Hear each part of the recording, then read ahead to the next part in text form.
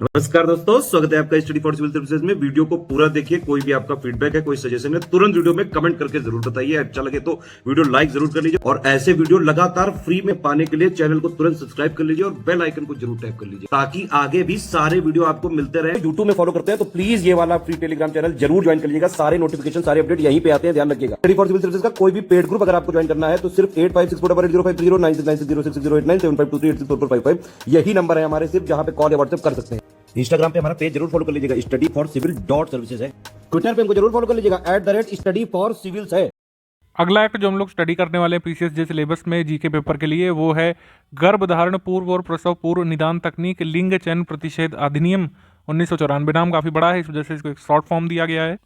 PCPNDT prohibition of sex selection act 1994, इसको हम study करेंगे। कई सारे प्रावधान हमें जानने जरूरी नहीं है, तो जो इंपॉर्टेंट प्रोविजंस जो जानने जरूरी हैं, तो फैक्ट जानने जरूरी है एग्जाम पर्पज से, उन्हीं को हम यहाँ पर डिस्कस करेंगे। इसमें चैप्टर हैं आपके कुल मिलाकर चैप्टर 8 हैं और यहाँ पर धाराएं हैं 34 जो हमको स्टडी करने हैं। यहाँ पर सरकार के क्या कर्तव्य हैं और रेगुलेशंस बेसिकली क्या क्या हैं अलग अलग बॉडीज़ पर, एजेंसीज़ पर, उनको ज़्यादा ध्यान देने की ज़रूरत है। तो सबसे पहले जो होता है हमेशा संक्षिप्त नाम विस्तार प्रारंभ। विस्तार प्रारंभ का मतलब आशय यही है कि पूरे भारत में लागू है, तो ये हो गया विस्तार प्रारंभ। यानी कि दो इसमें तारीखें आपको ध्यान रखनी होती है, एक अधिनियम के पारित होने की दिनांक, ठीक है, पारित होने की दिनांक, और एक होती है प्रवृत्त होने की या फिर लागू होने की दिनांक, जिसको हम लोग इन्फोर्समेंट डेट बोलते हैं। तो आपको बताई जाएगी अभी। अध्याय 2 में अनुवांशिकी के सलाह केंद्रों, अनुवांशिकी प्रयोगशालाओं और अनुवांशिकी क्लिनिकों का विनिमय कैसे होगा, या उसके रेगुलेशंस के बारे में यहाँ प्रोविजंस किए गए हैं, क्योंकि सेक्स सिलेक्शन और determination of sex before birth of child वो यहीं से किया जा सकता है, तो इनको रेगुलेट करने की बहुत ज़रूरत है। और हमेशा ही रेगुलेशन में ध्यान रखिए कि दो चीज़ों के बारे में बात होती है। एक तो वो चीज़ें बताई जाती हैं कि जो नहीं करनी है, यानी कि रेगुलेशन में प्रोहिबिशन भी बताया जाता है, और बात की जाती है स्टिपुलेशंस की भी।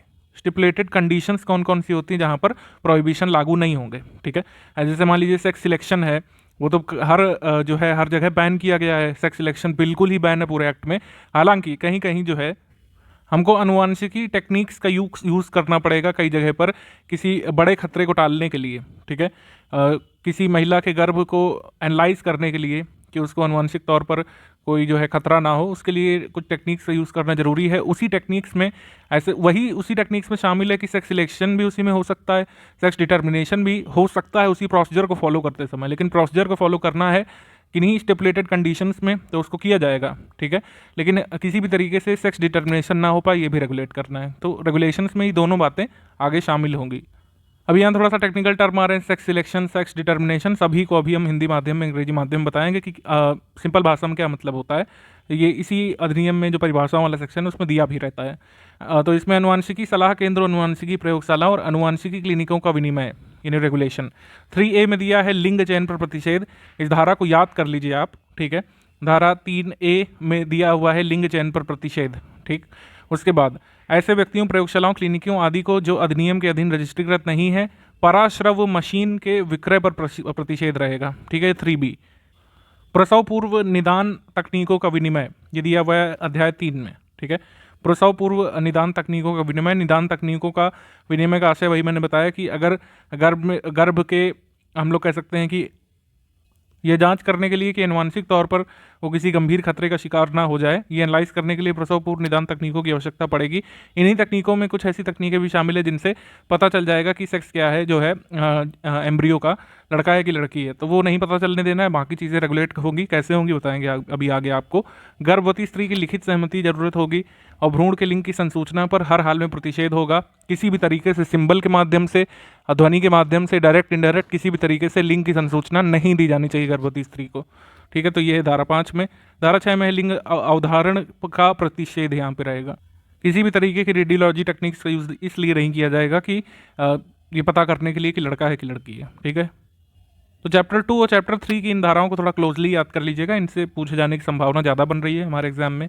अध्याय 4 केंद्रीय पर्यवेक्षण बोर्ड के बारे में बात की गई। केंद्रीय पर्यवेक्षण बोर्ड का कौन जो है सृजित करेगा, इसमें कौन कौन से सदस्य शामिल होंगे। इसमें जो है ज़्यादा धाराएं जरूरी नहीं है, बस जैसे गठन है तो ये धारा 7 देख लीजिए एक बार। पदावधि 8 में दी होगी, अधिवेशन 9 में दिया होगा। रिक्तियों आदि से कार्रवाइयों का अविधिमान्य न होना 10 में दिया है। विशिष्ट प्रयोजनों के लिए बोर्ड के साथ व्यक्तियों का अस्थायी संयोजन किसी प्राइवेट बॉडी, प्राइवेट व्यक्तियों की सलाह मशवरा या फिर उनका काम ले सकता है बोर्ड।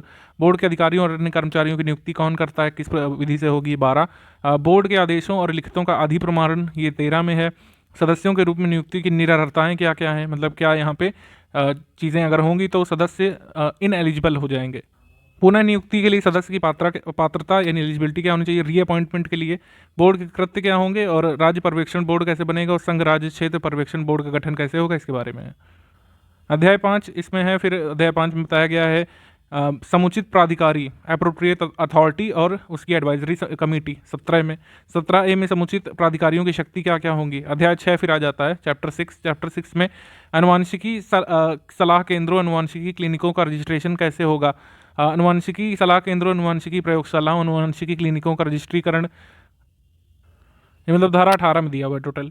फिर रजिस्ट्रीकरण प्रमाण पत्र कौन देगा, अप्रोप्रिएट अथॉरिटी देगी, तो किस शर्तों के तहत देगी। रजिस्ट्रीकरण का रद्दीकरण या निलंबन किया जा सकता है अगर किसी शर्त को वायलेट करने का काम किया गया। अपील की जा सकेगी अगर रजिस्ट्रेशन कैंसिल किया गया अप्रोप्रिएट अथॉरिटी के द्वारा किसी भी अनुवांशिक प्रयोगशाला का, अनुवांशिक क्लिनिक का, तो वो कैसे अपील कर सकेंगे, कितने दिन में किससे कर सकेंगे, वो बताया गया है। फिर उसके बाद यहाँ पे हमको देखने को मिलता है अपराध और शास्तियाँ। अपराध शास्तियों के लिए चैप्टर 7 में दिया है। ये पूछ सकते हैं कि PCPNDT एक्ट में पेनाल्टीज़ के बारे में किस में दिया है, चैप्टर 7 में। इसके अंतर्गत अपराध जो है कॉग्निजेबल होंगे यानी FIR होगी, नॉन बेलेबल होंगे और नॉन कंपाउंडेबल होंगे। अपराधों का संज्ञान कैसे लिया जाएगा, 28 में है। कंपनियों के द्वारा अपराध में वही प्रोसीजर हमेशा ही फॉलो किया जाएगा कि कंपनी का जो भी इंचार्ज होगा उस समय उसको भी आरोपी बनाया जाएगा। कंपनी का कोई भी जुड़ा व्यक्ति जो अपराध का निवारण करने में नहीं शामिल है, उसको उकसाने में शामिल है या फिर अपनी मौन अनुकूलता से अपराध को होने देता है, तो ऐसे कंपनियों से जुड़े व्यक्तियों के खिलाफ भी कार्रवाई की जाएगी जब तक कोई व्यक्ति ये साबित न कर दे कि कंपनी द्वारा जो अपराध किया गया है उसका निवारण करने में उसका भरपूर योगदान रहा या फिर उसे कंपनी के कृत्य के बारे में कोई भी जानकारी नहीं थी। अपराध शास्त्रियों के बारे में प्रॉपर दिया हुआ है धारा 23 में, ठीक है। गर्भधारण पूर्व और प्रसव पूर्व लिंग अवधारण संबंधी विज्ञापन का प्रतिषेध इसमें किया गया है। किसी भी प्रकार से पैम्फलेट से, गैस से, ध्वनि से, प्रिंट से, दीवालों पर लिख करके किसी भी तरीके से ऐसा विज्ञापन नहीं दिया जाएगा कि कोई फलां क्लिनिक या फिर कोई जेनेटिक काउंसलिंग सेंटर है वो लिंग अवधारण करवा सकता है पैसे लेकर के। प्रसव पूर्व निदान तकनीकों के संचालन की दशा में एक उपधारणा यानी जो है प्री कॉन्सेप्शन कोई कोर्ट रख सकेगा, उसके बारे में बताया गया है। अधिनियम या नियमों के उन उपबंधों का उल्लंघन के लिए शास्ति जिनके लिए विनिर्दिष्ट दंड उपलब्ध नहीं है। जैसे कई सारे उल्लंघन जो है उनको अलग अलग दंड नहीं बताया गया कि इसके लिए दंड होगा, इसके लिए दंड होगा, तो कोई भी अपराध जो इसमें बताया हुआ जिसके लिए दंड उल्लिखित नहीं है इस धाराओं के अंतर्गत, तो उनको कौन सा दंड मिलेगा उसके बारे में बताया 25 में। फिर मिसलेनियस होता है हमेशा आखिरी वाला, तो मिसलेनियस में इसमें बताया गया है कि अभिलेख रखा जाएगा, यहाँ पर मेंटेन किया जाएगा, अभिलेख मांगा जा सकेगा। तलाशी लेने अभिलेखों को सीज करने की शक्ति जो है होगी किसको होगी और किस धारा के अंतर्गत होगी, किस कानून के अंतर्गत। सद्भावपूर्वक कार्रवाई के लिए संरक्षण दिया जाएगा। कठिनाइयों को दूर किए जाने की शक्ति किसकी होगी, नियम बनाने की शक्ति केंद्र सरकार की होगी, राज्य सरकार की, समुचित सरकार की भी बताएंगे आपको। विनिमय बनाने की शक्ति किसकी होगी और विनियमों और नियमों का संसद के समक्ष रखा जाना ये बताया गया 34 में। तो ये यहाँ पे हमको स्टडी करना शुरू करना है। सबसे पहले यहाँ पे आ जाते हैं हम प्रारंभिक में हम यही देखेंगे कि 1994 में 20 सितंबर 1994 को ये पारित हुआ था और इसकी प्रवृत्त दिनांक यानी कि इन्फोर्समेंट डेट क्या है, इन्फोर्समेंट डेट है 20/9/1994। PCPNDT एक्ट की इन्फोर्समेंट डेट अगर पूछी जाए तो होगी 20/9/1994, ठीक है, 20/9/1994। अभी हम कुछ परिभाषाएं दी हैं उनको अच्छे से समझ लेना हमारे लिए जरूरी है। एप्रोप्रिएट अथॉरिटी किसे कहा गया है, धारा 17 के अंतर्गत जो अथॉरिटी नियुक्त की जाएगी उसे एप्रोप्रिएट अथॉरिटी कहा गया है। फिर बोर्ड से धारा 7 के अधीन जो केंद्रीय पर्यवेक्षण बोर्ड बनेगा वो यहाँ पे बोर्ड कहा जाएगा।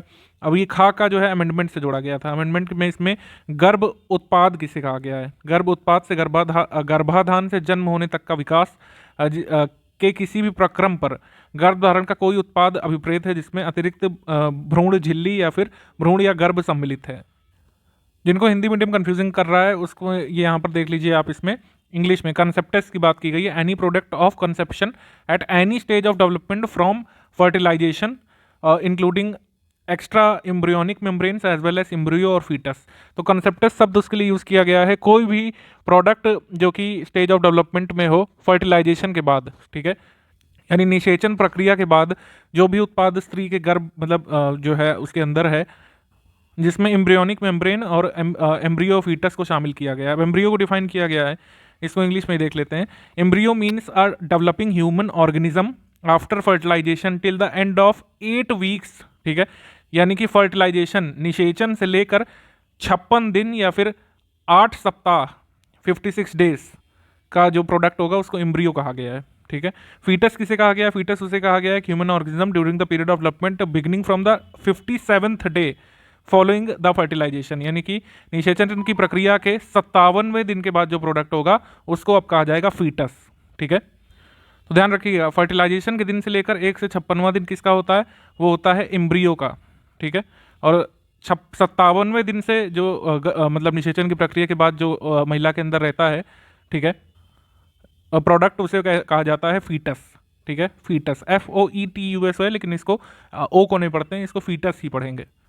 तो यहाँ पर समझ लीजिए, भ्रूण का मतलब यहाँ पे एम्ब्रियो होता है, भ्रूण का मतलब होगा गर्भाधान के पश्चात 8 सप्ताह यानी 56 दिन के अंत तक कोई विषाणुमुख मानव जीव, और गर्भ से मतलब है गर्भाधान या सृजन से अनुगामी 57वें दिन से प्रारंभ होकर, ठीक है, जन्म पर समाप्त होने वाली इसकी विकास की अवधि के दौरान कोई भी मानव जीव होगा उसे क्या कहा जाएगा? गर्भ कहा जाएगा। यानी गर्भ जो है कब बनता है जो है स्त्री के अंदर? वो 57वें दिन बन जाता है गर्भ, और 1 से 56 दिन तक रहता है भ्रूण, ठीक है। फिर जेनेटिक काउंसलिंग सेंटर को डिफाइन किया गया है, अनुवांशिक सलाह केंद्र से रोगियों को अनुवांशिकी सलाह देने के लिए कोई संस्था, अस्पताल, परिचर्या गृह, जो किसी भी नाम से जाना जाता हो वो मतलब होता है। अनुवांशिकी क्लिनिक से मतलब यह है, जेनेटिक क्लिनिक का मतलब कोई ऐसी क्लिनिक, संस्था, अस्पताल, परिचर्या गृह या कोई स्थान, चाहे वो किसी भी नाम से जाना जाता हो, जिसका प्रसव पूर्व निदान प्रक्रिया करने के लिए उपयोग किया जाता है, वो है आपका अनुवांशिकी क्लिनिक। फिर एक एक्सप्लेनेशन भी दिया गया है कि अनुवांशिकी क्लिनिक में कोई भी ऐसी गाड़ी भी शामिल की जा सकती है जिसमें अल्ट्रासाउंड मशीन या इमेजिंग मशीन या स्कैनर या कोई ऐसे उपकरण हो जो गर्भ के लिंग का उदाहरण करने में सक्षम हो, या किसी ऐसे वहनीय उपस्कर का जो गर्भावस्था के दौरान लिंग का पता लगाने के लिए या गर्भधारण से पूर्व लिंग चयन करने में सक्षम हो, वो इसमें शामिल हो जाएंगे। मतलब ऐसा नहीं कि कोई जगह ही होनी चाहिए तभी उसको हम लोग जो है जेनेटिक क्लिनिक कहेंगे। जेनेटिक क्लिनिक कोई भी ऐसी वैन हो सकती है, कोई भी ऐसी गाड़ी हो सकती है जिसमें ये सब मशीनें अवेलेबल हों। अनुवांशिकी प्रयोगशाला से कोई ऐसी प्रयोगशाला अभिप्रेत है जिसके अंतर्गत कोई ऐसा स्थान शामिल होता है जहां अनुवांशिकी क्लिनिक से प्रसव पूर्व निदान परीक्षण के लिए नमूनों का विश्लेषण या परीक्षण करने की सुविधाएं दी जाती हैं। जेनेटिक लेबोरेटरी या फिर अनुवांशिकी प्रयोगशाला में कोई भी ऐसा स्थान शामिल है जहां अल्ट्रासाउंड मशीन या इमेजिंग स्कैनर हो, या फिर कोई भी ऐसा उपस्कर हो जिससे फीटस के लिंग का उदाहरण किया जा सकता है, यानी determination of sex of foetus possible हो, और कोई भी ऐसी मशीन, अल्ट्रासाउंड मशीन या इमेजिनिंग मशीन या स्कैनर हो, तो उसको हम लोग जेनेटिक लेबोरेटरी कह देंगे, ठीक है। तो जहाँ पर भी ऐसा स्थान कोई हो जो सेक्स सिलेक्शन करने में सक्षम हो और या फिर सेक्स डिटर्मिनेशन करने में सक्षम हो, वहाँ पर अगर ऐसी मशीनें पाई जाती हैं तो उनको हर हाल में जो है एक अनुवांशिकी प्रयोगशाला मान लिया जाएगा। कोई नकार नहीं सकता कि हमारे यहाँ पर जब अनुवांशिकी का काम नहीं होता तो अनुवांशिकी प्रयोगशाला हम नहीं है, क्योंकि आप देखेंगे कि इतना सब कुछ डीपली इसी वजह से डिफाइन किया गया है जिससे लोग बच ना निकल सकें यहाँ पर कानूनों का जो है दुरुपयोग करके। उनमें जो परिभाषाएं हैं, जो शब्द डिफाइन है, उनका प्रयोग करके लोग बच ना सकें, इसी वजह से हर चीज़ को प्रॉपरली डिफाइन किया गया है। इसमें कुछ अमेंडमेंट्स भी हुए थे, वो सभी अमेंडमेंट हमने शामिल कर लिए हैं। फिर एक स्त्री रोग विशेषज्ञ को डिफाइन किया गया है यहाँ पर। स्त्री रोग विशेषज्ञ कोई ऐसा व्यक्ति हो सकता है, चाहे पुरुष हो चाहे महिला, जिसके पास स्त्री रोग विज्ञान और प्रसूति विज्ञान में स्नातकोत्तर अर्हता हो। स्नातकोत्तर की बात हो रही है, ठीक है, स्नातक नहीं। उसके बाद चिकित्सा अनुवांशिकी विज्ञ वो होगा जिसके पास लिंग चयन और प्रसव पूर्व निदान तकनीकों के क्षेत्र में अनुवांशिकी विज्ञान में कोई उपाधि या डिप्लोमा है, या फिर निम्नलिखित अर्हता प्राप्त करने के पश्चात किसी क्षेत्र में कम से कम 2 वर्ष का अनुभव हो।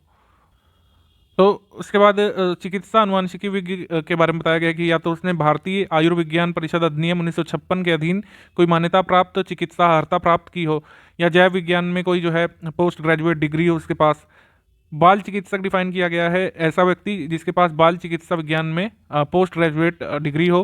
प्रसव पूर्व निदान प्रक्रिया का आशय ये है कि स्त्री रोग संबंधी या प्रसूति विज्ञान संबंधी या चिकित्सा संबंधी प्रक्रियाएं जैसे कि पराश्रव्य लेखन, भ्रूण दार्शिकी, गर्भधारण के पूर्व या पश्चात लिंग चयन के लिए किसी प्रकार के किसी विश्लेषण, या प्रसव पूर्व निदान परीक्षण के लिए किसी पुरुष या स्त्री उल्ब तरल, जरायु अंकुरिका, भ्रूण, रक्त या किसी टिश्यू या तरल का किसी अनुवांशिकी प्रयोगशाला या अनुवांशिकी क्लिनिक में भेजने के लिए नमूना लेना या फिर निकालना।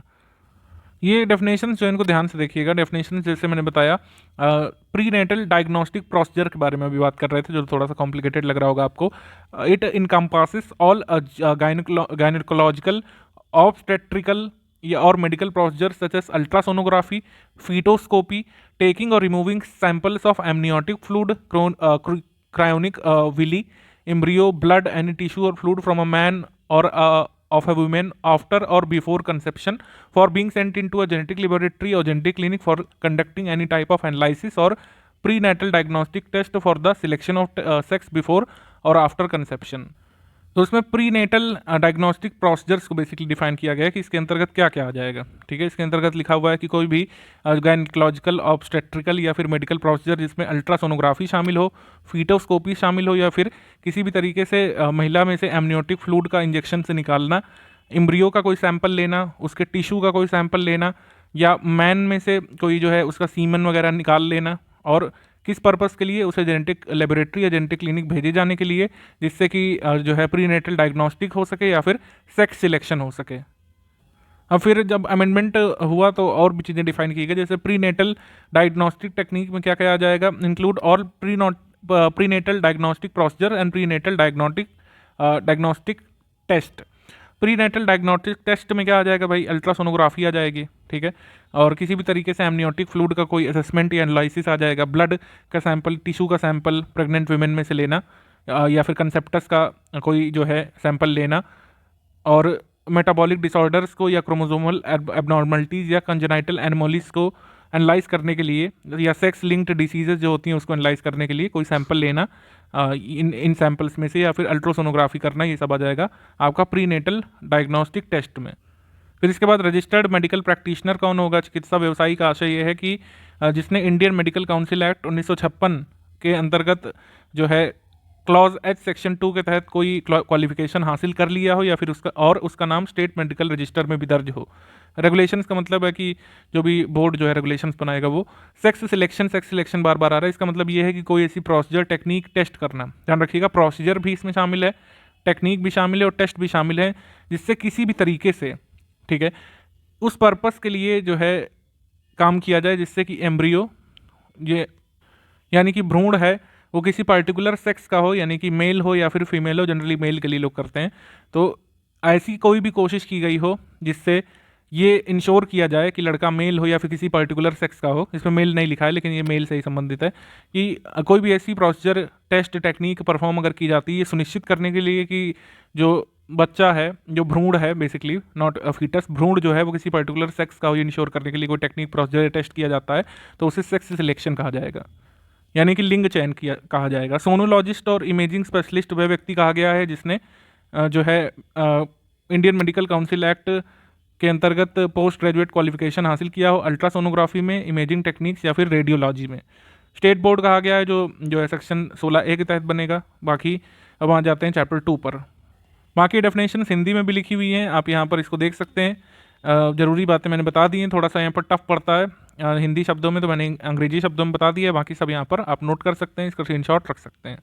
ठीक है, सोनोलॉजिस्ट या चित्रण विशेषज्ञ कौन होगा, लिंग चयन का आशय क्या होता है, लिंग चयन का आशय देखिए लिखा हुआ है, ये इस बात को सुनिश्चित करने, उसकी संभाव्यता को वर्धित करने के प्रयोजन से कि भ्रूण किसी विशिष्ट लिंग का हो।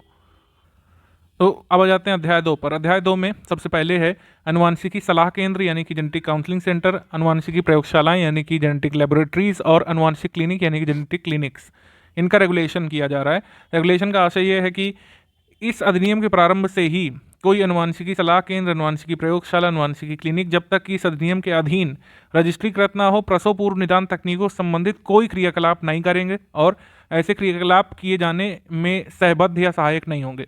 ठीक है, जब तक उनके पास जो है रजिस्ट्रेशन ना हो इस अधिनियम के अंतर्गत किसी भी तरीके से कोई भी प्रयोगशाला, सलाह केंद्र, क्लिनिक किसी भी तरीके से प्रसव पूर्व निदान तकनीक से संबंधित कोई क्रियाकलाप नहीं करेंगे। प्रसव पूर्व निदान तकनीक हम ऊपर आपको अच्छे से डिफाइन कर चुके हैं, तो आपको पता होगा कि क्या क्या चीज़ें नहीं कर सकते हैं। प्रसव पूर्व निदान तकनीक में क्या क्या शामिल हो जाएगा, प्रसव पूर्व निदान प्रक्रियाएं शामिल हो जाएंगी और प्रसव पूर्व निदान परीक्षण। प्रसव पूर्व निदान परीक्षण ये डिफाइन किया गया है और प्रसव पूर्व निदान प्रक्रिया ये डिफाइन की गई है यहाँ पे। ठीक है, तो सेक्शन 3 सब क्लॉज 1 में लिखा हुआ है, सब क्लॉज 2 में लिखा हुआ है कि कोई भी अनुवांशिकी सलाह केंद्र या अनुवांशिकी प्रयोगशाला या अनुवांशिकी क्लिनिक किसी भी ऐसे व्यक्ति को जिसके पास ऐसी अर्हताएं जो कि विहित की जाए नहीं है, मानार्थ या संदाय पर नियोजित नहीं करेगा, ना नियोजित कराएगा, ना उसकी सेवाएं लेगा। तो इसमें जो भी क्वालिफिकेशंस लिखे हुए हैं अगर उन क्वालिफिकेशंस को नहीं पूरा करता है व्यक्ति, तो कोई भी genetic counselling centre, genetic laboratory या अनुवांशिक क्लिनिक वाला जो है ऐसे व्यक्ति की सलाह नहीं ले सकेगा जिनके पास क्वालिफिकेशंस ना हो। कोई भी चिकित्सा, अनुवांशिकी विज्ञ, स्त्री रोग विशेषज्ञ, बाल चिकित्सक जिनको डिफाइन किया गया है इस एक्ट में, और रजिस्टर्ड मेडिकल प्रैक्टिशनर किसी भी तरीके से रजिस्ट्री कृत स्थान से भिन्न किसी भी स्थान पर कोई प्रसव पूर्व निदान तकनीक प्रक्रिया वगैरह नहीं कर सकेंगे। यानी कि रजिस्ट्रेशन में जो उन्होंने स्थान बताया हो कि यहाँ उनका क्लिनिक या फिर काउंसलिंग सेंटर या फिर लेबोरेटरी है, उसके अलावा कहीं भी वो अन्य तरीके कोई परीक्षण नहीं कर सकेंगे। धारा 3 का में लिंग चयन पर प्रतिषेध ये अमेंडमेंट से जोड़ा गया था। इसमें लिखा हुआ है कि कोई भी इनफर्टिलिटी के क्षेत्र में जुड़ा कोई भी विशेषज्ञ, काउंसलर, कोई भी दल किसी भी स्त्री या पुरुष या दोनों अथवा उनमें से किसी भी एक या दोनों किसी भी टिश्यू, कंसेप्टस, तरल या गेमीट पर स्वयं लिंग पर चयन नहीं करेगा, सेक्स सिलेक्शन नहीं करेगा, ना किसी अन्य व्यक्ति से कराएगा और ना ही करने में सहायता करेगा। ये यहाँ पे लिखा हुआ है, मतलब टोटल प्रोहिबिशन है यहाँ पर। किस पर है? सेक्स सिलेक्शन टोटली बैंड है इस एक्ट में, ध्यान रखिएगा। फिर अध्याय 3 है प्रसव पूर्व निदान तकनीकों का विनिमय, कि कहाँ पर अगर निदान तकनीकों का यूज़ किया जा सकेगा, किन कंडीशंस पर, कौन किसी कंडीशंस पर नहीं। कोई भी रजिस्टर्ड जो अनुवांशिकी सलाह केंद्र यानी कि जेनेटिक काउंसलिंग सेंटर या फिर जेनेटिक लेबोरेटरी होगी या जेनेटिक क्लिनिक होगा, उसके अंतर्गत ये जो शर्तें नीचे लिखी हुई हैं, इन शर्तों के अलावा किसी भी तरीके से, इन शर्तों के अलावा किसी भी तरीके से प्रसव पूर्व निदान प्रक्रिया या तकनीक का उपयोग नहीं करेगा और ना ही जो है दूसरे से कराएगा, ना हेल्प करेगा। तो अब इसमें जो लिखा हुआ है उपधारा 2 में, किसी भी प्रसव पूर्व निदान तकनीक या निम्नलिखित अप्रसामान्यताओं में से किसी का पता लगाने के प्रयोजन के सिवाय उपयोग नहीं किया जाएगा। यानी कि नीचे जो एबनॉर्मलिटीज़ के नाम लिखे हुए हैं, जैसे गुणसूत्री अप्रसामान्यता, अनुवांशिक मेटाबॉलिक रोग, हीमोग्लोबिन विकार, लिंग सहलग्न अनुवांशिकी विकार, जन्मजात असंगतियां, ऐसी कोई अप्रसामान्यताएं जो केंद्रीय पर्यवेक्षण बोर्ड बाद में निर्धारित करे या निर्दिष्ट करे, इनके अलावा किसी भी पर्पस के लिए जो है प्रसव पूर्व निदान तकनीकों का उपयोग करना बैंड रहेगा, पूरी तरीके से प्रतिषिद्ध रहेगा। किसी भी प्रसव पूर्व निदान तकनीक का उपयोग या परिचालन तभी किया जाएगा जब ऐसा करने के लिए जो एलिजिबल पर्सन है, जो कि इनमें उपरोक्त में से किसी कारण का मतलब उसको रिकॉर्ड करेगा कि ऊपर वाली कोई शर्त पूरी हो गई है। उसके अलावा कुछ और रीजन से यहाँ पर या फिर ये कंडीशंस बताई गई हैं कि गर्भवती स्त्री की आयु 35 वर्ष से अगर अधिक है, गर्भवती स्त्री 2 या 2 से अधिक गर्भपात करा चुकी है या फिर उसके भ्रूण की हानि यानी मिसकैरेज हो चुकी है, गर्भवती स्त्री विभव विरूप जनकों जैसे औषधियों, विकिरणों, संक्रमण या रसायन से प्रभावित हुई है, गर्भवती स्त्री या उसके पति के कुटुंब में मानसिक मंदता या शारीरिक विरूपता की संस्तंभता या किसी अन्य अनुवांशिक रोग का परिवार वृत्त है, यानी कि कोई फैमिली हिस्ट्री है जिसमें मंदता, शारीरिक विरूपता जैसे रोग होते रहे हो उसकी फैमिली हिस्ट्री में, ठीक है। कोई भी अन्य शर्त जो केंद्रीय पर्यवेक्षण बोर्ड द्वारा निर्दिष्ट की जाए, अगर इनमें से चीज़ें हैं, हाँ, तो बिल्कुल जो प्रोसीजर्स हैं प्रसव पूर्व निदान तकनीक है उनका प्रयोग किया जा सकेगा किसी भी तरीके से, किसी भी स्त्री की जान बचाने के लिए, ठीक है, या भ्रूण में इन बीमारियों के होने वाली संभाविताओं को रोकने के लिए।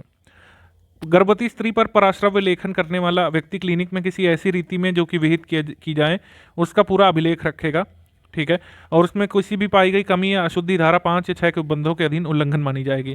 कोई भी व्यक्ति जो पराश्रव्य लेखन करने वाला है यानी कि रेडियोलॉजी के तहत महिला का परीक्षण करने वाला है, या फिर हम लोग कह सकते हैं उसकी अल्ट्रासोनोग्राफी करने वाला है प्रेग्नेंट वुमेन की, तो उसे कंप्लीट रिकॉर्ड यहाँ पे रखना होगा कि उन ऊपर में से कौन सी शर्त है जिसकी वजह से वो महिला का अल्ट्रासोनोग्राफी कर रहा है। तो ये मतलब जो अल्ट्रासोनोग्राफी कर रहा है उसकी जिम्मेदारी होगी ये हर समय रिकॉर्ड रखना कि वो क्यों कर रहा है। अगर वो नहीं बता पाया, ठीक है, या फिर रिकॉर्ड उसके नहीं क्लीन हुए, तो उसको आरोपी माना जा सकता है धारा 5 और धारा 6 के उल्लंघन के लिए।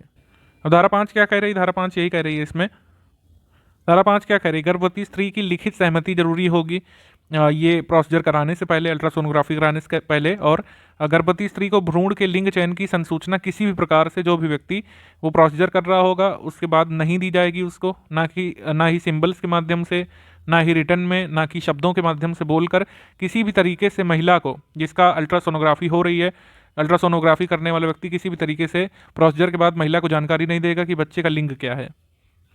फिर इसके बाद लिंग अवधारण का प्रतिषेध यहाँ पे लिखा हुआ है कि किसी भी तरीके से डिटर्मिनेशन ऑफ सेक्स के लिए अल्ट्रासोनोग्राफी वगैरह का यूज़ नहीं किया जाएगा किसी भी रेडियोलॉजिस्ट के द्वारा, ठीक है। उसके बाद ये उपधारा 4 रह गई थी यहाँ पर, धारा 4 की उपधारा 4-5 रह गई थी। इसमें सिंपली यही लिखा हुआ है कि कोई भी व्यक्ति जिसमें गर्भवती स्त्री का नातेदार या उसका पति शामिल है, किसी भी तरीके से इन प्रोविजंस के सिवाय, अगर इन प्रोविजंस हैं तो पति जो है अल्ट्रासोनोग्राफी कराए पत्नी की, लेकिन इन मतलब ये वाले रोग अगर होने की संभावना नहीं है और वो जो है प्रसव पूर्व निदान तकनीक करवा रहा है, तो जो है उसको खिलाफ जो है केस चल सकता है। ठीक, कोई भी व्यक्ति जिसमें स्त्री का कोई नातेदार पति शामिल है या उसके नातेदार या पति या दोनों पर लिंग चयन करने वाली तकनीक का प्रयोग जो है कराया गया है तो अपराध होगा इसमें। किसी भी तरीके से जो है किसी भी स्त्री पर कोई उसका पति या नातेदार उसका सेक्स सिलेक्शन करने में जो है इस्तेमाल नहीं करेगा, उसके शरीर का, उसके ब्लड का, किसी भी तरीके से। अब आ जाते हैं हम लोग केंद्रीय पर्यवेक्षण बोर्ड पर। केंद्रीय सरकार जो है इस अधिनियम के अधीन केंद्रीय पर्यवेक्षण बोर्ड का गठन करेगी। तो आपसे पूछे केंद्रीय पर्यवेक्षण बोर्ड का गठन कौन करेगी? केंद्रीय सरकार। बोर्ड में कौन कौन शामिल होंगे? परिवार कल्याण मंत्रालय या विभाग का भार साधक मंत्री पदेन अध्यक्ष होगा। फिर जो है भारत सरकार का सचिव जो परिवार कल्याण विभाग का भार साधक है पदेन उपाध्यक्ष होगा। महिला और बाल विकास विधि न्याय मंत्रालय के विधि या कार्य विभाग, विधि विभाग, आयुर्विज्ञान, होम्योपैथी, भारतीय पद्धति के भार साधक केंद्रीय सरकार के मंत्रालयों का प्रतिनिधित्व करने के लिए नियुक्त किए गए 3 पदेन सदस्य होंगे। यहाँ से केंद्रीय सरकार का स्वास्थ्य सेवा महानिदेशक पदेन सदस्य होगा। 10 सदस्य यहाँ से आएंगे विख्यात चिकित्सा अनुवंशिकी विज्ञों में से, विख्यात स्त्री रोग विज्ञानियों में से, प्रसूति तंत्र के विशेषज्ञों में से मेंबर्स यहाँ पे शामिल किए जा सकते हैं, विख्यात बाल विज्ञान से संबंध रखने वाले लोगों से, सामाजिक विज्ञानियों से, ठीक है, सोशल साइंटिस्ट यानी कि, फिर महिला कल्याण संगठनों के प्रतिनिधि इसमें शामिल की जा सकते हैं। 3 महिला संसद सदस्य जिसमें 2 लोकसभा से हों, 1 राज्यसभा से हों, इसमें निर्वाचित की जाएंगी। 4 सदस्य जो राज्यों संघ राज्य क्षेत्रों का प्रतिनिधित्व करने के लिए 2 वर्णानुक्रम में और 2 उल्टे वर्णानुक्रम में केंद्रीय सरकार द्वारा चक्रानुक्रम में यानी कि जो है रोटेटिंग मेंबरशिप से नियुक्त किए जाएंगे राज्यों और केंद्र शासित प्रदेशों में से। लेकिन इसमें साफ साफ दिया हुआ है कि कोई भी नियुक्ति जो है राज्य सरकार या संघ राज्य क्षेत्र के सरकार की सिफारिश से की जाएगी, अन्यथा नहीं। ठीक है, फिर उसके बाद केंद्रीय सरकार के संयुक्त सचिव की पंक्ति से अनिम्न यानी कि ज्वाइंट सेक्रेटरी की रैंक से कम ज्वाइंट सेक्रेटरी की रैंक या उससे समतुल्य रैंक का कोई अधिकारी परिवार कल्याण मंत्रालय का जो भार साधक होगा इंचार्ज, वो इसका पदेन सदस्य सचिव होगा यानी मेंबर सेक्रेटरी होगा। सदस्यों की पदावधि के बारे में बताया गया है कि 3 वर्ष की पदावधि होगी इसमें। और फिर इसमें बताया गया है कि जो निर्वाचित सदस्य होंगे, जो 2 लोकसभा से महिला, 1 राज्यसभा से महिला आती हैं, उनकी सदस्यता वैसे ही समाप्त हो जाएगी जैसे ही जो है वो सदस्य नहीं रहते हैं पार्लियामेंट के, तो उनकी सदस्यता यहाँ के बोर्ड से भी समाप्त मानी जाएगी। उसके बाद नियुक्ति 1 वर्ष की होगी। कहाँ से? जो राज्यों से लोग आएंगे उनकी नियुक्ति जो है 1 वर्ष के लिए होगी। जो रोटेटिंग मेंबरशिप होगी यहाँ पर राज्यों से, वहाँ पर जो है 1 वर्ष की अवधि के लिए लोग सदस्य बनेंगे। फिर आगे इसमें बताया गया है कि बोर्ड के अधिवेशन के बारे में ज़्यादा आपको जानने की जरूरत नहीं है। ठीक है, रिक्तियों आदि से बोर्ड की कार्रवाइयों का अविधि मान्य न होना बताया गया है। विशिष्ट प्रयोजनों के लिए बोर्ड के साथ व्यक्तियों का अस्थायी संयोजन, किसी प्राइवेट मेंबर का भी सपोर्ट लिया जा सकता है बोर्ड के द्वारा अस्थायी तौर पर अगर जरूरत लगे उन्हें। बोर्ड के अधिकारियों और अन्य कर्मचारियों की नियुक्ति कैसे होगी? बोर्ड के आदेशों और अन्य लिखितों का अधिप्रमाण दिया गया है 13 में। सदस्यों के रूप में निरर्थताएं क्या होंगी? वही कि अनसाउंड माइंड का कोई व्यक्ति हो जाए, दिवालिया हो जाए, कोई आपराधिक कृत्य उसने कर दिया हो, कोर्ट में साबित हो गया हो, ठीक है, इस अधिनियम के अधीन उसने कोई अपराध कर दिया हो, ये सब सारी चीज़ें अगर कोई व्यक्ति करता है तो इनएलिजिबल हो जाएगा। कोई व्यक्ति रीअपॉइंट हो सकता है, ठीक है, और पदेन सदस्य से कोई व्यक्ति लगातार 2 अवधियों से अधिक के लिए नियुक्त नहीं किया जाएगा, यानी कि 2 बार अपॉइंट हो सकते हैं, उसके बाद नहीं।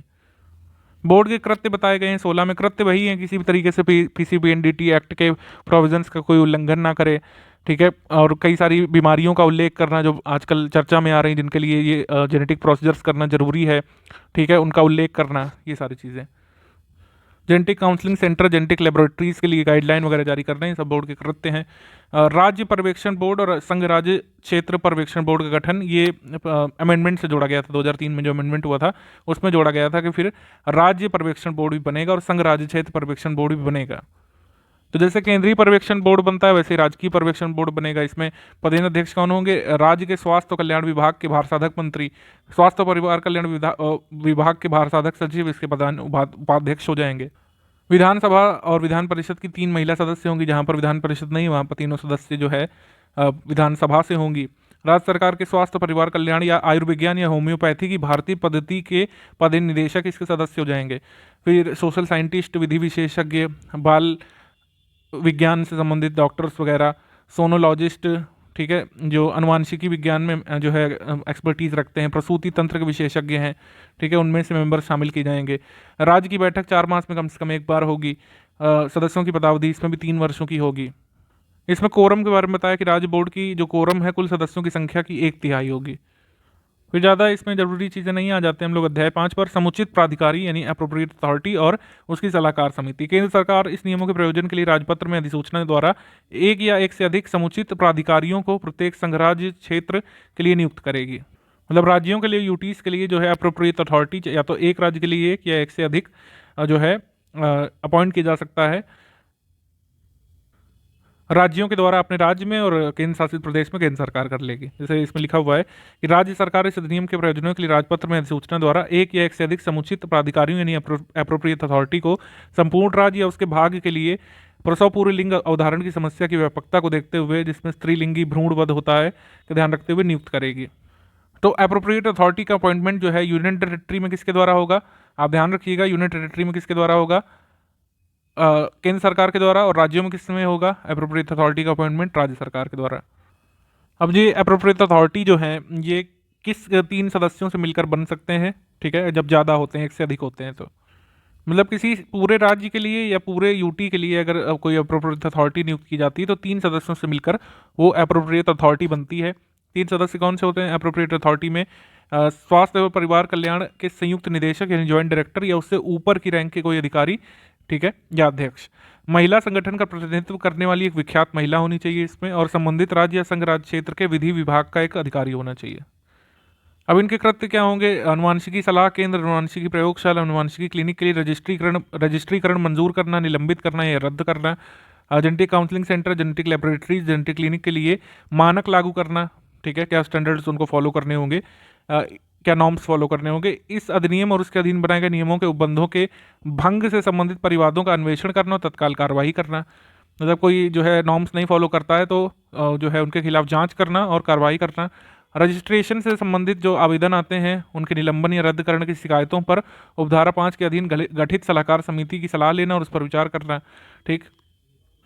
ये उपधारा 5 जो है नीचे लिखी हुई है, इसमें लिखा हुआ है कि केंद्र सरकार या राज्य सरकार समुचित प्राधिकारी को उसके कर्तव्यों के निर्वहन में सहायता देने के लिए प्रत्येक समुचित प्राधिकारी के लिए एक सलाहकार समिति का गठन भी करेगी, ठीक है, और सलाहकार समिति के सदस्यों में से एक को उसका अध्यक्ष बना दिया जाएगा। अब ये जो एप्रोप्रिएट अथॉरिटी की जो सलाहकार समिति है, नहीं एडवाइजरी कमेटी बनेगी, इसमें कौन शामिल होंगे? जाहिर सी बात है, स्त्री रोग विशेषज्ञ, प्रसूति विज्ञानी, बाल चिकित्सा विज्ञानी, चिकित्सा अनुवांशिकी विज्ञ, 3 आयुर्विज्ञान विशेषज्ञ, एक विधि विशेषज्ञ, राज्य सरकारों राज्य क्षेत्र के सूचना प्रचार संबंधित विभाग का प्रतिनिधित्व करने वाले एक ऑफिसर अधिकारी, 3 विख्यात सामाजिक कार्यकर्ता जिसमें से कम एक महिला संगठनों के प्रतिनिधियों में से हों। तो ये हो गया अप्रोप्रिएट अथॉरिटी के कर्तव्य। और जो धारा 6 के अंतर्गत जो सलाहकार समिति बनेगी उसमें कौन कौन होगा वो बता दिया हमने। कोई भी व्यक्ति जो लिंग की अवधारण या लिंग चयन की प्रसव पूर्व निदान तकनीकों के उपयोग या उन्नयन में संयुक्त रहा है, सलाहकार समिति का सदस्य नियुक्त नहीं किया जाएगा। सिंपल बात है। इसमें बताया गया है कि जो है सलाहकार समिति का अधिवेशन रजिस्ट्रीकरण के किसी आवेदन पर या रजिस्ट्रीकरण के निलंबन या रद्दकरण के किसी परिवाद पर विचार करने के लिए उस पर सलाह देने के लिए जब कभी वह उचित समझे समुचित प्राधिकारी के अनुरोध पर किया जा सकेगा। उसके बाद 17 का में समुचित प्राधिकारियों की शक्तियां बताई गई। समुचित प्राधिकारी नहीं, एप्रोप्रिएट अथॉरिटी जो है, इनमें क्या शक्तियां होंगी? शक्ति होगी किसी व्यक्ति को समन करना, कब्जे में इस अधिनियम या इसके अधीन बनाए गए नियमों के अधीन जो है कोई जानकारी है उसे प्राप्त करना, मतलब किसी व्यक्ति को समन करना, और इस अधिनियम के अधीन जो नियम बनाए गए उसके अंतर्गत कोई उपबंध है उसके उल्लंघन संबंधित जानकारी उस व्यक्ति को है तो उससे प्राप्त करना वो जानकारी। फिर उसके बाद दस्तावेज या भौतिक पदार्थ को पेश करना, तलाशी वारंट जारी करना जिसके बारे में संदेह है कि वहाँ पर सेक्स सिलेक्शन हो रहा है या फिर प्रसव पूर्व लिंग अवधारण किसी कराया जा रहा है, तो तलाशी वारंट भी ऐसी जगहों के लिए, चाहे वो जेनेटिक क्लिनिक्स हों, काउंसलिंग सेंटर्स हों, उनके लिए जारी किया जा सकता है। धारा 6 में अनुवांशिकी सलाह केंद्रों, अनुवांशिकी प्रयोगशालाओं और अनुवांशिकी क्लिनिकों के रजिस्ट्रीकरण के बारे में बताया गया है। रजिस्ट्रीकरण बताया गया है 18 में। इसमें कहा गया है कि जो पीसीपीएनडीटी एक्ट में जो संशोधन अधिनियम हुआ था 2002 के पश्चात, कोई भी अनुवांशिकी सलाह केंद्र, प्रयोगशाला, ठीक है, कोई भी जो लिंग अवधारण और लिंग चयन करने में सक्षम मशीनें उनके पास हैं या फिर कोई ऐसी सर्विसेज प्रदान करते हैं, किसी भी तरीके से नहीं खोल सकेंगे जब तक उनको रजिस्ट्रेशन ना प्राप्त हो जाए। फिर समुचित प्राधिकारी द्वारा रजिस्ट्रीकरण प्रमाण पत्र जारी किया जाना, क्या नॉर्म्स जो है फॉलो किए जाएंगे, जिससे फिर अप्रोप्रिएट अथॉरिटी उनकी जांच करेगी कि कोई genetic counselling centre, laboratory, clinic उन नॉर्म्स को पूरा करते हैं अगर, तो रजिस्ट्रीकरण प्रमाण पत्र उनको दे दिया जाएगा, रजिस्ट्रेशन सर्टिफिकेट उनको मिल जाएगा।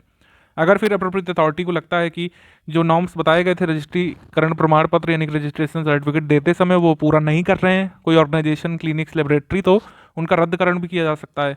अगर कोई जो है genetic counselling centre, laboratories, clinic को लगता है कि अप्रोप्रिएट अथॉरिटी ने धारा 20 के अंतर्गत रजिस्ट्रेशन को रद्द कर दिया है बिना कारण बताए, तो वो अपील भी कर सकते हैं भाई। अपील किसके खिलाफ करेंगे? अपील जो है करेंगे केंद्र सरकार को, अगर केंद्रीय समुचित प्राधिकारी के आदेश के विरुद्ध है अपील। अगर राज्य के समुचित प्राधिकारी यानी कि राज्य की अप्रोप्रिएट अथॉरिटी के विरुद्ध अगर अपील करनी है तो राज्य सरकार को करेंगे। फिर उसके बाद अपराध और शास्तियों के बारे में बताया गया है। गर्भधारण पूर्व और प्रसव पूर्व लिंग अवधारण संबंधी विज्ञापन का प्रतिषेध रहेगा। कोई भी इसमें एक मैंने स्किप कराया, इसमें लिखा हुआ है किसी भी तरीके से कोई भी जेनेटिक काउंसलिंग सेंटर, क्लिनिक ये कभी भी एडवर्टीज नहीं करेगा कि वो जो है प्रसव पूर्व लिंग अवधारण करा सकते हैं। ठीक है, अगर कोई ऐसा करता पाया गया तो उसको कारावास होगा 3 वर्ष तक का और जुर्माना 10,000 रुपये तक का लग सकता है उसके ऊपर। कोई भी व्यक्ति या फिर क्लिनिक या संस्था ऐसा क्लेम करती है तो कि वो जो है प्रसव पूर्व जो है लिंग अवधारण करा सकते हैं, सेक्स डिटर्मिनेशन करा सकते हैं मशीनों से। अपराध शास्त्रियों के बारे में बताया गया है 23 में, इसमें लिखा हुआ है कि कोई अनुवांशिकी विज्ञ, स्त्री रोग विशेषज्ञ, रजिस्ट्रीकृत चिकित्सा व्यवसायी यानी कि registered medical practitioner, genetic counselling centre, genetic laboratory, ठीक है, कोई भी जो है इस अधिनियम में बनाए गए किसी नियमों का उल्लंघन करता है तो कारावास से जिसकी अवधि 3 वर्ष तक हो सकती है, 10,000 रुपये तक का जुर्माना लग सकता है, से दंडित किया जाएगा। अगर दोबारा ऐसा ऑफेंस करते हैं, कन्विक्ट होते हैं तो 5 वर्ष तक की कैद और 50,000 रुपये तक का जुर्माना लग सकेगा। रजिस्टर्ड मेडिकल प्रैक्टिशनर का नाम समुचित प्राधिकारी द्वारा राज्य आयुर्विज्ञान परिषद को आवश्यक कार्रवाई करने के लिए दिया जा सकता है। रजिस्टर्ड मेडिकल प्रैक्टिशनर किसी भी तरीके से अगर सेक्स डिटर्मिनेशन में इन्वॉल्व है तो 5 वर्ष तक की अवधि के लिए उसका सस्पेंशन, अगर बाद में करता है तो स्थायी रूप से स्टेट मेडिकल रजिस्टर से उसका नाम हटाया जाने का भी रिकमेंडेशन समुचित प्राधिकारी यानी कि एप्रोप्रिएट अथॉरिटी दे सकती है।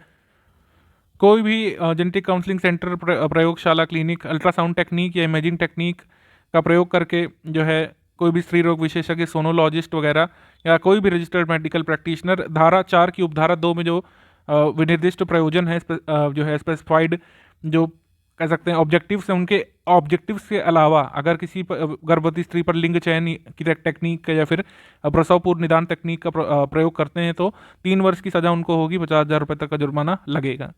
और अगर दोबारा ऐसा करते हैं तो 5 वर्ष तक की कैद हो सकती है, 1 लाख तक का जुर्माना लगेगा। शंकाओं को दूर करने के लिए कहा गया है कि कोई भी अधिनियम के प्रोविजन स्त्री पर लागू नहीं होंगे। ठीक है, मतलब स्त्री जिसका निदान कराया जा रहा है, प्रसव पूर्व प्रोसीजर्स उसका कराया जा रहा है, सेक्स सिलेक्शन अगर कराया जा रहा है तो स्त्री पर प्रावधान लागू नहीं होंगे, यानी कि स्त्री को आरोपी नहीं माना जाएगा। फिर 24 में स्पष्ट भी कर दिया है कि एविडेंस एक्ट में किसी बात के होते हुए भी न्यायालय जब तक ये बात प्रतिकूल नहीं साबित कर दी जाती, ये एज्यूम करके चलेगा कि प्रसव पूर्व निदान तकनीक के लिए स्त्री को जो है उसके पति या अन्य नातेदार द्वारा विवश किया गया था, उसने स्वतः अपनी स्वेच्छा से ये काम नहीं किया। ये कोर्ट एज्यूम करके चलेगा जब तक इसके विपरीत बात साबित ना हो जाए। फिर इसमें 25 में लिखा गया है कि अधिनियम में नियमों के उपबंधों के उल्लंघन के लिए पेनाल्टी, जहां पर विनिर्दिष्ट दंड का उपबंध नहीं किया गया। कई सारे ऐसे उपबंध है जिनका उल्लंघन करने के लिए मना तो किया गया है लेकिन दंड नहीं उल्लिखित है, तो उसमें कहा गया है कि अगर कोई शास्ति का उपबंध नहीं है तो कारावास से जिसकी अवधि 3 मास तक की हो सकेगी या जुर्माने से जो 1,000 रुपये तक का हो सकेगा, और जहां ऐसा उल्लंघन जारी रहता है वहां अतिरिक्त जुर्माना जो प्रत्येक दिन के लिए जिसके दौरान ऐसा उल्लंघन, प्रथम ऐसे उल्लंघन के दोष सिद्धि के पास किया जा रहा है, 500 रुपये तक का हो सकता है जो दंडनीय होगा। यानी कि अगर और कोई प्रोविजन का उल्लंघन कोई करता है जिसके लिए कोई सजा का उल्लेख नहीं है तो जो सजा है वो कितनी हो सकती है, 3 मास तक की। फिर कंपनियों द्वारा अपराध में वही है कि जो हर बार लिखा जाता है हर जगह पर कि कंपनी के इंचार्ज को यहाँ पे दोषी बनाया जाता है, कंपनी के पार्टनर्स को दोषी बनाया जाता है, बोर्ड को दोषी बनाया जा सकता है, हर किसी मेंबर को दोषी बनाया जा सकता है जब तक वो ये साबित न कर दें कि कंपनी ने जो अपराध किया है उसमें वो शामिल नहीं है प्रत्यक्ष या अप्रत्यक्ष रूप से, और बल्कि उन्होंने अपराध का निवारण करने में भरपूर भूमिका निभाई। इसमें भी बताया गया है कि अपराध यहाँ पर संज्ञेय होंगे, कॉग्निजेबल होंगे यानी एफआईआर दर्ज होगी, नॉन बेलेबल होंगे और नॉन कंपाउंडेबल होंगे। ठीक है, उसके बाद अपराधों का संज्ञान कौन लेगा? अपराधों का संज्ञान जो है समुचित प्राधिकारी यानी एप्रोप्रिएट अथॉरिटी, केंद्र सरकार, राज्य सरकार या उनके द्वारा प्राधिकृत कोई ऐसे व्यक्ति द्वारा ही जो है न्यायालय इन अपराधों का संज्ञान लेगा, अन्यथा नहीं। ऐसे व्यक्ति द्वारा जिनसे अभिकथित अपराध की ओर न्यायालय में परिवाद करने के लिए आशय की कम से कम 15 दिन की सूचना विहित रीति के भीतर समुचित प्राधिकारी को दी गई हो। यानी कोई व्यक्ति अगर न्यायालय में पीसीपी एनडीटी एक्ट के तहत कोई केस डालने जाता है तो उसको कम से कम 15 दिन पहले अप्रोप्रिएट अथॉरिटी को सूचित करना होगा कि वो वहाँ पर केस डालने जा रहा है न्यायालय में। स्पष्ट है कि कोई व्यक्ति के अलावा कोई सामाजिक संगठन भी केस डाल सकता है न्यायालय में, बशर्ते उसने 15 दिन पहले नोटिस दे दी हो एप्रोप्रिएट अथॉरिटी को, क्योंकि वो केस डालने जा रहे हैं किसी व्यक्ति या किसी संस्था या किसी क्लिनिक के खिलाफ। महानगर मजिस्ट्रेट या प्रथम वर्ग न्यायिक मजिस्ट्रेट से भिन्न कोई न्यायालय इस अधिनियम के अधीन दंडनीय अपराध का विचारण नहीं करेगा। यानी हर हाल में या तो फर्स्ट क्लास जुडिशियल मजिस्ट्रेट या फिर मेट्रोपॉलिटन मजिस्ट्रेट ही अपराध का विचारण करेंगे, ट्रायल करेंगे। फिर इसमें भी प्रकीर्ण दिया हुआ है कि अभिलेखों का रखा जाना जरूरी है, अभिलेख मांगे जा सकेंगे सभी जेनेटिक काउंसलिंग सेंटर्स से, क्लिनिक से, और उन्हें देना होगा। समुचित प्राधिकारी द्वारा तलाशी लेने, अभिलेखों आदि के अभिग्रहण करने की शक्ति होगी। एप्रोप्रिएट अथॉरिटी जो है या फिर एप्रोप्रिएट अथॉरिटी किसी व्यक्ति को जो ये ऐसे अधिकार देगी कि वो तलाशी ले सकेगा और जो भी अभिलेख वगैरह होंगे उनको सीज भी कर सकेगा। ठीक है, तो जो हमारी सीआरपीसी है उसके अंतर्गत जो पावर्स होती हैं रिकॉर्ड्स को सीज करने की, वो समुचित प्राधिकारी को भी दी गई हैं। फिर इसमें लिखा गया है कि सद्भावपूर्वक कोई कार्रवाई अगर की गई है, ठीक है, तो केंद्रीय सरकार या राज्य सरकार या समुचित प्राधिकारी अथवा केंद्र सरकार राज्य सरकार द्वारा कोई ऑथराइज किया हुआ व्यक्ति जिसने सद्भावपूर्वक कार्रवाई की थी, हालांकि वो कार्रवाई झूठी पाई गई या फिर साबित नहीं हो पाई, तो फिर केस नहीं किया जा सकेगा उनके ऊपर। ठीक, कठिनाइयों को दूर करने की शक्ति किसके पास है यहाँ पे? केंद्र सरकार के पास। केंद्र सरकार को नियम बनाने की शक्ति इसमें दी गई है, कई सारे नियम बनाने की शक्ति की जो है, कौन से नॉर्म्स फॉलो करने होंगे जेनेटिक क्लिनिक्स को, ये सब वगैरह। समुचित प्राधिकारी कौन कौन सी शक्तियों का प्रयोग करेंगे, ये सब।